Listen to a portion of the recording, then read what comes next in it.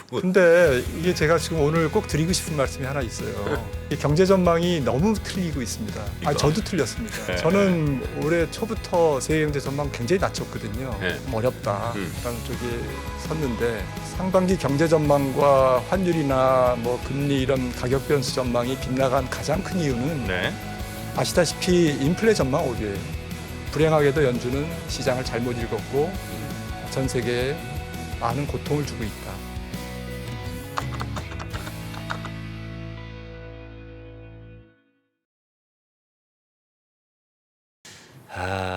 자 그럼 이제 시장에 대한 이해가 또 극에 달하신 분 한번 모셔봐야죠. 그렇죠. 네, 우리 3프로 TV의 정말 큰 자랑입니다. 우리 김한진 박사님 모시겠습니다. 어서 오십시오. 어서 오세요. 네, 안녕하세요. 네, 박사님. 우리 박사님이 계신 이상 금융권에선 누구도 우리 3프로 TV를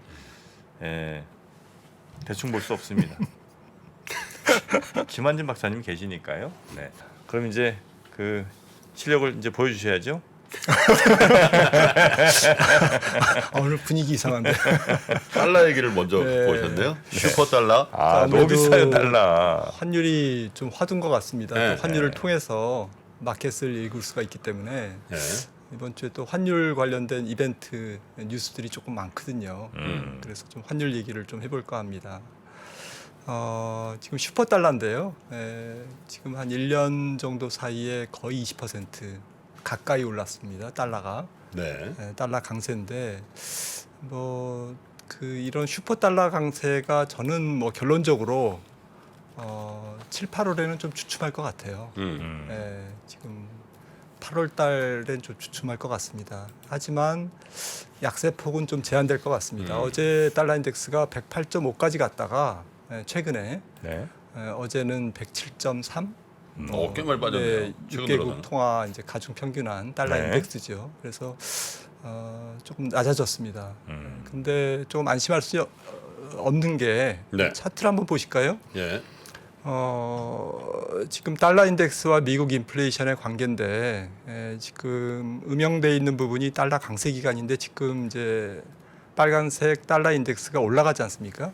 인플레이션과 함께. 네. 네. 근데 인플레이션이 꺾인다는 얘기는 이제 경제 불확실성이 좀 준다는 얘기이기 때문에 달러 인덱스가 조금 낮아지는 그러한 요인이 되겠죠.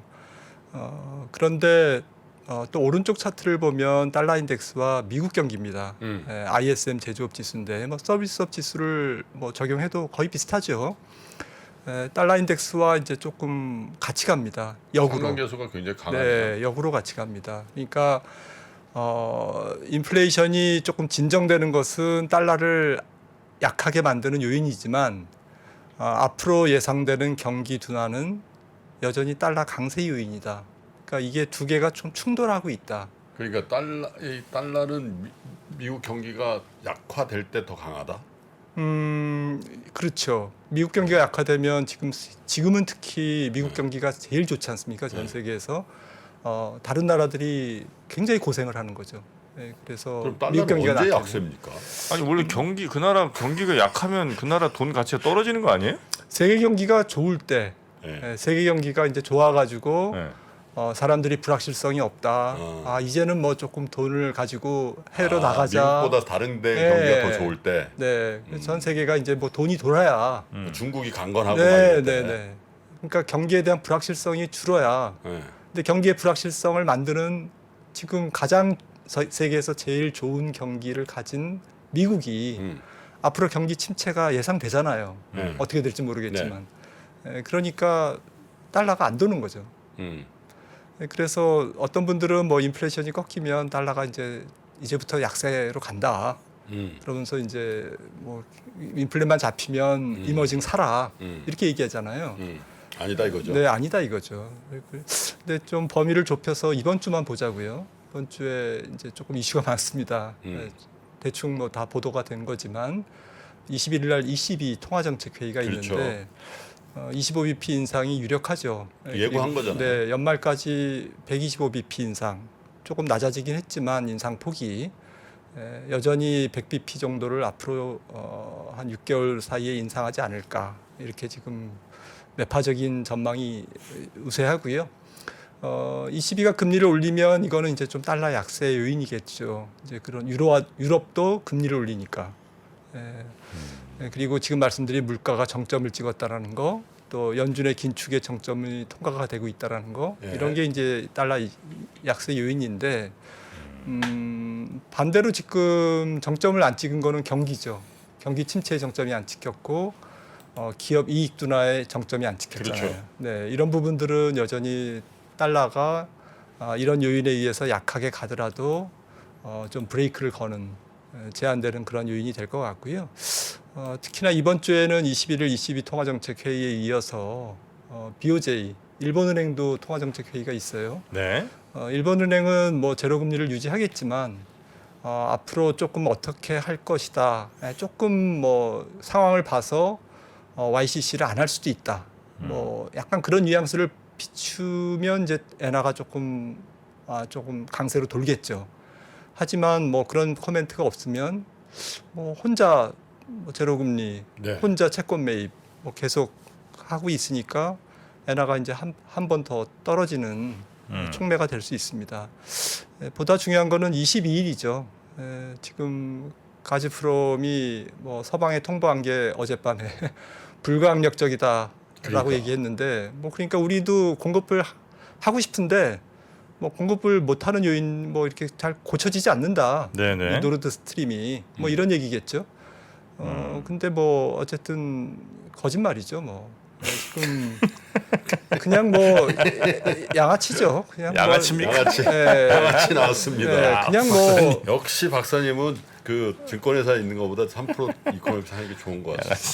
가스 밸브 가지고 네. 뭐 독일이 좀 자존심이 있잖아요. 네네. 독일에 대해서 프랑스도 자존심이 있지 않습니까? 나폴레옹 시대부터. 네. 그러니까 독일 프랑스는 뭐 이건 뭐 협상 안 한다 뭐 이제 강건하니까 그래? 그러면 뭐 한번 당해봐. 한번 잠궈보고 겨울까지 한번 버텨봐. 뭐 그러니까 결국엔 뭐 중동이나 어쨌든 석탄 수입도 이제 늘 거고 중동이나 미국에서 LNG나 원유 수입을 늘릴 네. 거 아니겠습니까? 유럽이. 네, 네. 그러다 보면 그래서 어제 유가가 폭등했어요. 그런 이유로.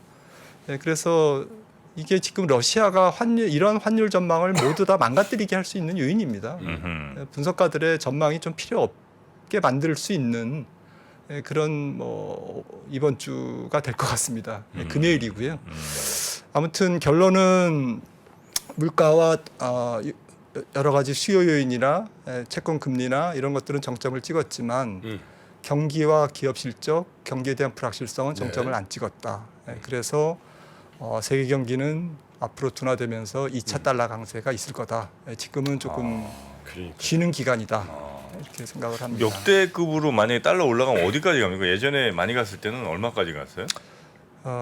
달러 인덱스 기준으로는 뭐 그때가 한 120 몇이었죠. 120이요? 네, 네, 그렇습니다. 네. 달러 인덱스가 여기 있지 않습니까? 아, 120 정도였네요. 2002년 뭐 이쯤이네요. 그 유로화가 이제 1대1 달러와 거의 페리티 때죠. 근데 그때가 지금도 페리티잖아요. 예, 역대인데 예. 지금 거기다가 지금은 엔화까지 약세잖아요. 상방이 열려 있다고 봐야 되네요. 네, 그렇습니다. 이게 지금 갈 길이 멉니다. 이게 지금. 지금 108도 아니고 아니 뭐 다 왔다고 대부분. 근데 이게 제가 지금 오늘 꼭 드리고 싶은 말씀이 하나 있어요. 이게 경제 전망이 너무 틀리고 있습니다. 아니 박사님을 제외하고 다 틀리는 이유가 뭡니까? 저도 틀렸습니다. 제가 이렇게 얘기해드리는 거예요. 네네. 그래도 가장 근접한. 네, 저는 올해 초부터 세계 경제 전망 굉장히 낮췄거든요. 네. 그리고 우리나라 성장률도 2% 조금 어렵다라는 쪽에 섰는데 그 이유는 지금 이 그래프입니다. 두 번째 그래프인데요. 네. 상반기 경제 전망과 환율이나 뭐 금리 이런 가격 변수 전망이 빗나간 가장 큰 이유는 네. 아시다시피 인플레 전망 오류예요. 얼마 전까지만 해도 트랜지터리라고 얘기했잖아요. 네네네. 재무장관이나 연준이나. 그분이 오늘 오시죠. 네. 근데 이게 복합 인플레를 간과한 거죠. 그러니까 중국의 인건비 상승부터 대중 관세 이때부터 출발해서 이민법의 발효 뭐 이런 것들 트럼프 정부 때부터 시작된 그리고 그린플레이션, 2050년까지 탄소 제로 이런 것들이 같이 이어진 데다가 코로나 갑자기 리오프닝 되니까 수요가 빵 늘면서 또 여러 가지 문제를 일으켰잖아요. 그리고 가장 중요한 건 지각통화 긴축. 얼마나 지각했느냐.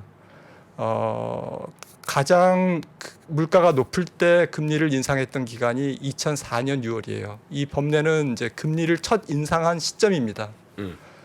지금 가장 조금 노란색 진한 색이 2004년 6월 31일 날 금리를 인상했을 때가 이번을 제외하고 네. 가장 물가가 높았을 때 인상했던 첫 금리 인상했던 시점인데 이때가 3%였거든요. 예. 나머지는 다 낮아요. 2015년 같은 경우에는 거의 1%가 안 됐을 때 물가가 네. 미국 CPI가 예. 그랬을 때 첫 금리 인상을 시작했습니다. 지금 8%에서 시작한 거예요. 8.3%에서. 갈 길이 멀다라는 얘기네. 그러니까 이 부분이 제가 볼 때는 지각 긴축의 경제적 효용입니다. 그러니까 금리를 늦게 올리면서 자산 가격도 더 올랐고 버블화됐다는 거죠. 버블화됐고 지금 오른쪽에 있는 부분이 이제 데칼코마니로 지각 긴축의 코스트예요. 이 코스트를 지금 전 세계가 지불하는 겁니다. 그러니까 그 비용의 기간을 너무 짧게 잡지 마라. 네. 그래서 결국엔 이 효용과 비용을 같이 하면 퉁치면 똑같아요. 그러니까 패드 버블이라는 거죠. 제가 주장하는 건. 패드 버블 붕괴가 지금 진행 중이다. 그걸 알기 때문에 패드폿이 잘 안 나올 거다. 안 나오죠. 그리고 이 정도로 높게 지각 긴축했기 때문에 적어도 뭐 이 정도에서 만약에 12개월 전에 3%대에서 지각 긴축했으면 이런 재앙은 조금 막을 수 있었다. 하지만 불행하게도 연준은 시장을 잘못 읽었고 전 세계에 많은 고통을 주고 있다. 그럼 지난 한 1년 정도 사이에 빨리 벌어놨어야 되는 거죠? 돈을. 뭐 결과적으로는 그렇죠. 큰일 났네. 또 벌 기회 있습니다. 언제 있어요? 이제 가까워지지 않습니까? 에? 이제 또 가까워지지 않습니까? 아니 그러니까 보니까 이게 그 딱 금리 인상 시점 전에 이걸 빨리 벌어놨어야 되는 것 같아요. 보니까 그죠? 네. 요 면적만큼 이제 줄어들어야 되는 네, 거잖아요. 뭐 이해를 돕기 위해서 이렇게 네. 뭐 도식화한 거고요. 아무래도 이제 늦었어. 제일 중요한 거는 결국 조금 뭐 그런 여러 가지 뭐 좀 후유증들이 있을 텐데 네. 다시 환율로 돌아와서 그런 이제 환율 텐트럼, 환율 발작에 따른 그런 후유증. 근데 이렇게 강달러가 계속되면 세상이 어떻게 되는 겁니까? 뭐 후유증들이 구체적으로 뭐가 나타나죠? 가장 큰 게 지금 중국에서 나타나고 있고요. 중국이요? 네, 지금 중국에서 뭐 8개 도시에 뭐 수천 개의 이제 금융기관에서 빚을 못 갚겠다. 왜냐하면 이제 아파트 분양을 받았는데 분양을 이제 물건을 인도받을지 집을 이제 완공돼 가지고 집이 완공돼서 이제 입주를 할지 불확실하니까 이제 뭐 빚 못 갚겠다 들어눕는 현상 지금 이런 게 있고요. 그 다음에 이제 부채가 많은 기업이나 국가가 경기가 이제 앞으로 위축되지 않습니까? 네. 그러면 이제 부채를 못 갚는 배째라 전문용어로 BJR이라고 그럽니다. 네, BJR이 맞습니다. 여기저기서 나올 거고 그게 문제 무질서한 부채 조정이죠. 그리고 항상 위기는 이제 우리가 저 같은 이제 순박한 이코노미스트들이 모르는 그림자 금융에서 나오거든요. 제가 뭐 위험을 조장하는 게 아니고 이거는 사실 알 수가 없어요. 그림자 금융은. 뭐 2008년 같은 경우도 결국에는 장외 파생이었잖아요. 그렇죠. 서프라임이라는 모기지가. CLO, CDO, 네, CDO 이런 것들이 이런 게 그림자 금융인데 이제 그런 그림자 금융 같은 게 이제 튀어나오는 거죠. 뭐 핀테크라든지 네네, 뭐 이런 데서 코인베이스 뭐 이런 것도 그렇고요. 그래서 이제 이런 그 강달러의 2차 파급 효과가 경기 침체와 만나서 네. 이제 약간 부정적인 그게 또 경기를 더 끌어내리고 그게 금융 불확실성을 키우기 때문에 경기 네. 침체가 조금 경기 침체의 터널이 이제 거의 다 통과됐다. 희미한 빛이 보인다. 경기에 대해서. 네. 이럴 때까지 계속될 거라는 거죠.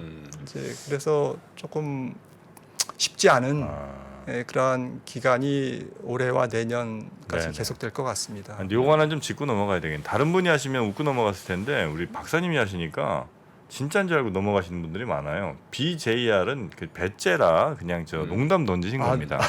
통상 이제 업계에서는 BGR이라고도 하는데 네. BGR. 박사님은 이제 BJR로 하셨어요. 네, 그거는 이제 농담입니다, 여러분. 네, 뭐 다른 거 뭐 CPR 아까 뭐 이제 이렇게 박사님이 이렇게 네. 했는데 전문 용어라는 것까지 붙이셨기 아니, 때문에 박사님이 아니 박사님이 그러니까 농담입니다. 아니, 네이버에 지금 실시간 검색어 1위라는 거 아니에요? BJR.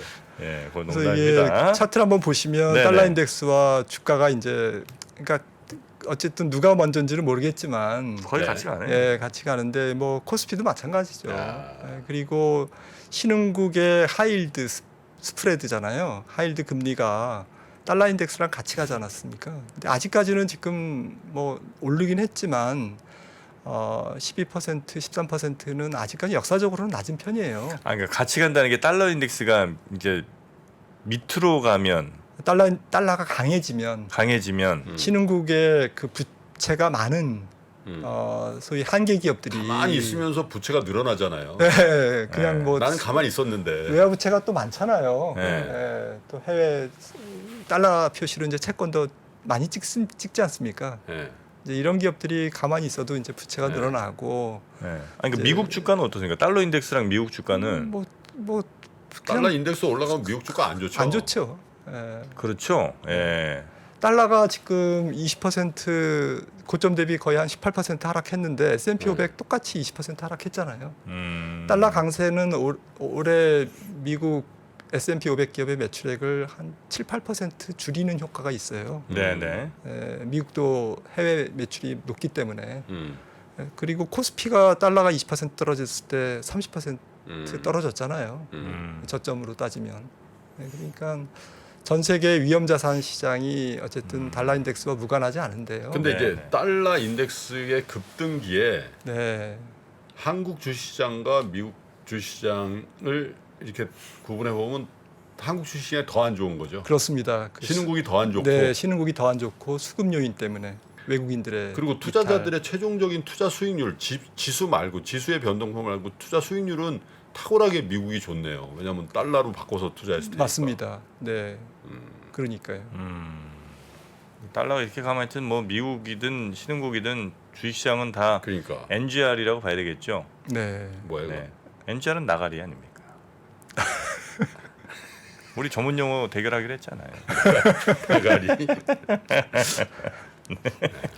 네. 아주 미국 주가도 지금 달러가 더 강하게 간다고 하면 더 망가질 가능성이 좀 높은 거고 그죠? 네. 신흥국이나 그래서 뭐 기승전결 결국에는 이번에는 이제 앞으로 봐야 될 거는 이제 경기에 조금 아주 안 좋은 정점이 언제일까? 그러니까 경기의 불확실성이 언제 사라질까? 이게 가장 큰 관건인 것 같습니다. 그거는 이제 주가적인 측면에서 보면은 연준이 금리 인상을 이제 그만하자. 네. 슬슬 그만할 때 됐는데 이 정도까지는 기다려줘야 되는 거 아니냐 이런 얘기들을 하던데요. 맞습니다. 저도 그 말씀에 동의하고요. 네, 그 시점이 저는 내년 2분기가 아닐까. 내년 2분기. 네, 4월에서 6월이면 연준이 마지막 금리 인상을 단행하는 시점. 그러니까 더 이상 금리를 인상을 안 한다라는 것이 컨센서스로 거의 다 받아들여지는. 네. 연준 인사들이 많이 얘기하겠죠. 나와서. 그런 시점이 내년 빠르면 3월, 좀 늦어도 한 6월 정도가 되지 않을까. 그리고 그때 금리는 네. 올해 연준 금리가 3.75 정도라고 보거든요. 네. 조금 높였습니다. 네. 3.5에서 3.75나 뭐 3.5나 그 정도라고 보고 내년 두 번 인상 그러면 4.25 네. 뭐 그 정도가 이제 연준의 마지막 금리 인상에 도달하는 연준 기준 금리가 될 것 같고요. 네. 그 정도에서 이제 내년 11월까지 네. 동결을 할 것 같고 한 6개월 정도. 그리고 내년 12월 말에 인하를 처음 베이비 스텝을 인하할 것 같습니다. 네, 그러면 주식 시장은 결국 확률적으로는 그동안 이제 역사를 보면 한 3개월에서 6개월 전에 연준의 금리 인상 인상, 전. 네, 인상 마지막 금리 인상 예. 시기에 3개월에서 6개월 전에 주가는 바닥을 찍는 경우가 아주 그리고 내년 많았어요. 4월이라고 보고요. 네, 6개월이라고 보면은 뭐 대충 네, 다 와가네요. 다 와갑니다. 3분기 말쯤. 그러니까 늦으면 뭐 내년 올해 말 그래서 뭐 빠르면 1분기 예. 네, 내년 1분기 정도가 저는 저점이 될 가능성이 높지 않나 네, 그렇게 생각을 합니다. 아니, 조금 더 쓰셔도 되잖아요, 이렇게. 근데 거기에 결국에는 이제 3분기 말. 밸류에이션에 달려 있겠죠. 왜냐하면 경기가 계속 네. 내년 상반기에 아주 최악의 경기 침체가 나올 가능성이 높기 때문에 음.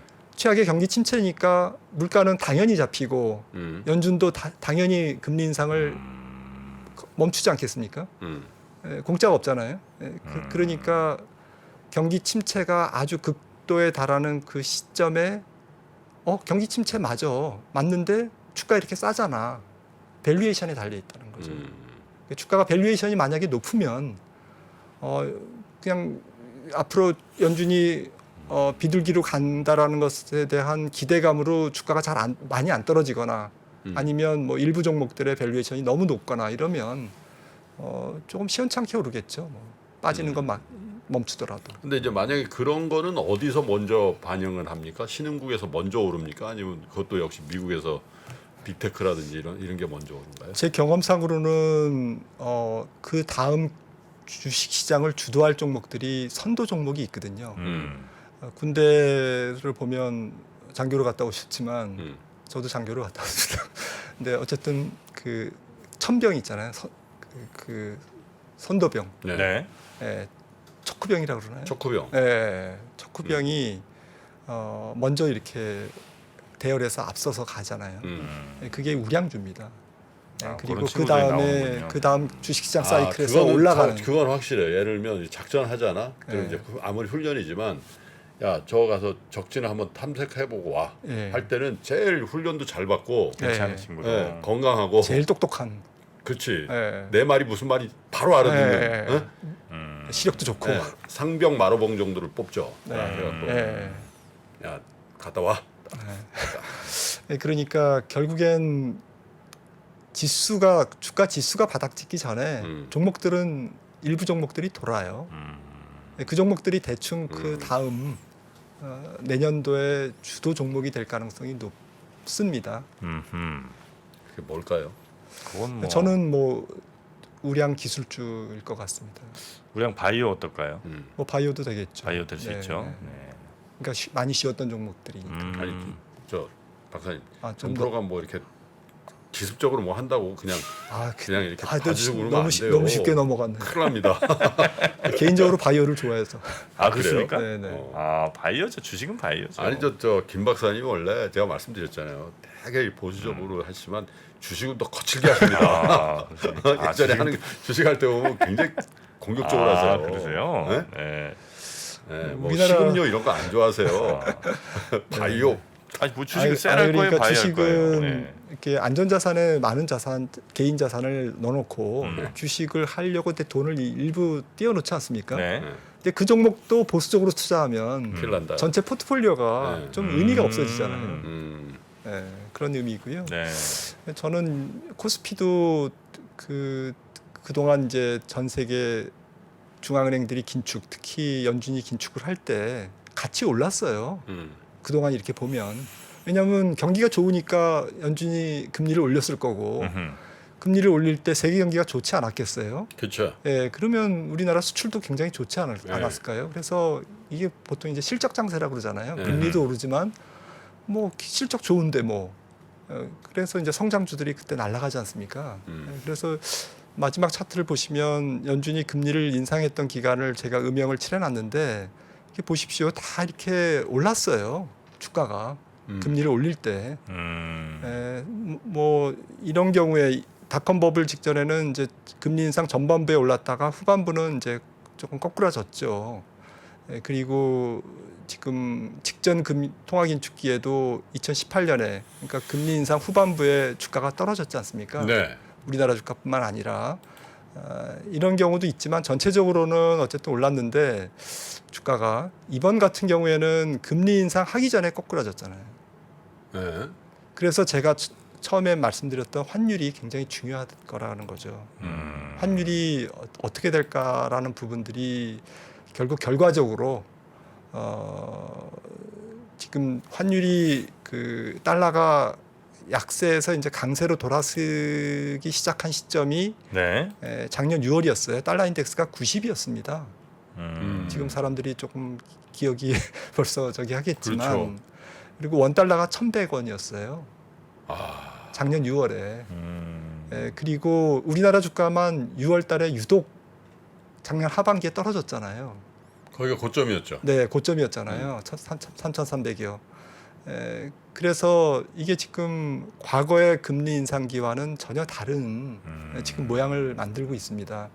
저는 희망컨대 연준의 긴축이 멈추면 어쨌든 경기는 안 좋지만 달러도 이제 정점을 찍고 나 아니면 인하를 조금 예고할 수 있고 그렇다면 그 당시에 밸류에이션이 문제겠으나 우리나라 주식시장은 매를 먼저 맞았기 때문에 환율이 조금 돌아서는 시점에 주가 바닥이 무관하지 않을 것이다.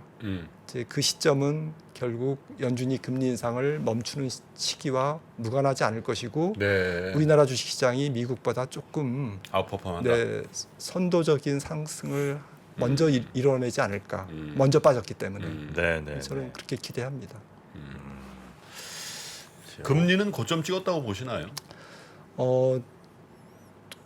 10년물 기준으로 저는 2.5에서 2.8 사이에서 박스권이라고 보고요. 하반기에. 미국 10년물. 네, 미국 10년물이. 그러면 지금도 더 내려갈 여지가 네, 있네요. 내려갈 여지가 있다라고 생각을 하는데 네. 그러면 엄청난 수익률 역전이지 않습니까? 그렇죠. 네, 수익률 역전이 일어나지만 결국에는 다시 한번 3.3 위로 올라갈 거다. 네, 네, 네. 네, 그래서 일시적인 경기의 침체에 대한 공포심으로 한 2.6 정도, 2.6 정도는 떨어지겠지만 그 이하로는 안 떨어지고 다시 위로 한 내년에. 네, 다시 뭐 내년 상반기에 3.4 내지 3.5까지 그래도 올라가면서 뭐 지난번에 찍은 3.3, 3.4 정도 되면은 뭐 고점. 네, 부분이네요. 고점 부근이라고 네. 생각을 합니다. 그 말씀 주신 그 경기 침체가 들어보니까 너무 혹시 짧은 건 아닙니까? 기간이 경기 침체 그래도 한번 오면 뭐 저야 이제 경험이 별로 없습니다만 그래도 한 2, 3년, 3, 4년은 침체로 이렇게 고생하고 그러다 이제 다시 살아날 것 같은 그냥 느낌적인 느낌이 있는데 말씀 들어보니까 내년 뭐 하반기 이후로는 좀 살아날 것 같아서 그럼 경기 침체라는 게 뭐 한 1년 뭐 1년 반 요 정도 안에 그냥 끝나는 건데 원래 그렇게 경기 침체라는 게 빨리 끝나기도 하는지 아니면 보통 뭐 부동산 가격 막 이렇게 막 후다닥 막 후두둑 떨어지고 이러면 한 2, 3년씩 3, 4년씩 가잖아요.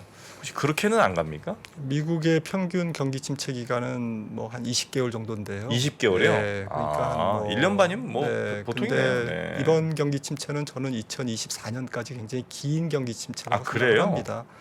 주식 시장과 조금 이렇게 맞물려서 생각하면 이해가 좀 안 되잖아요. 네. 저도 어쨌든 더 검토를 해봐야 되겠습니다만 저는 밸류에이션이 높지 않고 어쨌든 특히 미국은 경기 침체에 대한 내성이 강하기 때문에 마이너스 GDP 성장률이 그렇게 큰 폭으로 기록되지 않을 것이다. 그러니까 마이너스 한 0.6, 0.7 이 정도를 기록할 수는 있겠지만 침체가 쫙 네, 이렇게 마이너스 바닥 뭐 그게 1%, 2% 이렇게 침체가 디프레션이라고 그러죠. 지하실을 뚫고 내려가는 경기 침체. 그런 거는 없을 거다라고 생각을 하고 그래서 지지부진한 경기 침체. 그리고 수개월간에 걸쳐서 전반적으로 경기가 이제 조금 맥을 못 추는 이제 그런 경기 침체가 2023년을 넘어서 4년까지 수년까지 지속될 가능성이 큰데 네. 주가가 미리 올라가는 것은 그런 것들이 밸류에이션으로 거의 미리 반영됐고 지금 상당 부분 앞으로 한 10% 정도만 더 반영되면 그런 경기 침체 중에라도 주가는 미리 상당 부분 경기 침체를 미리 선반영해서 네. 경기 회복을 미리 선반영해서 올라갈 수 있을 거다라고 생각합니다. 경기 침체는 언제부터예요, 그러면? 모르죠. 근데 네. 아마 나중에 사후적으로 전미경제협회에서 이제 해보면. 이제 저기 확정을 하지 않습니까? 네. 그런데 결과적으로 저는 미국 기준으로 올해 4분기 부터 아마 경기 4분기가 침체. 아마 경기 침체로 기록될 거다 이렇게 생각을 합니다. 올해 4분기부터 2024년까지. 네, 단기적으로는 뭐 바닥권이라고 보시나요? 주가가요. 네, 한국. 바닥 언저리인데 네. 아까 말씀 나눴듯이 경기 침체와 기업 실적의 나빠지는 정도의 정점이 아직 안 지났기 때문에 아, 한 10% 정도 추가 하락 여지가 있다. 국장이나 미장이나 그렇게 생각을 합니다. 그게 고점 대비 한 35% 정도를 충족하는 수준이고 네. 코스피로는 2,100, S&P도 한 3,100 정도가 아닐까. 알겠습니다. 역시 또 끝은 또 우울하네요. 네. 2,100은 네, 그 2,100. 사이에 뭐 계속 베어마켓 랠리가 나오고 이번에도 이제 랠리가 나오고 있습니다만 거듭 강조드리지만 저는 경기 침체 기간과 연준의 통화 긴축의 정점이 아직 조금 남았다라는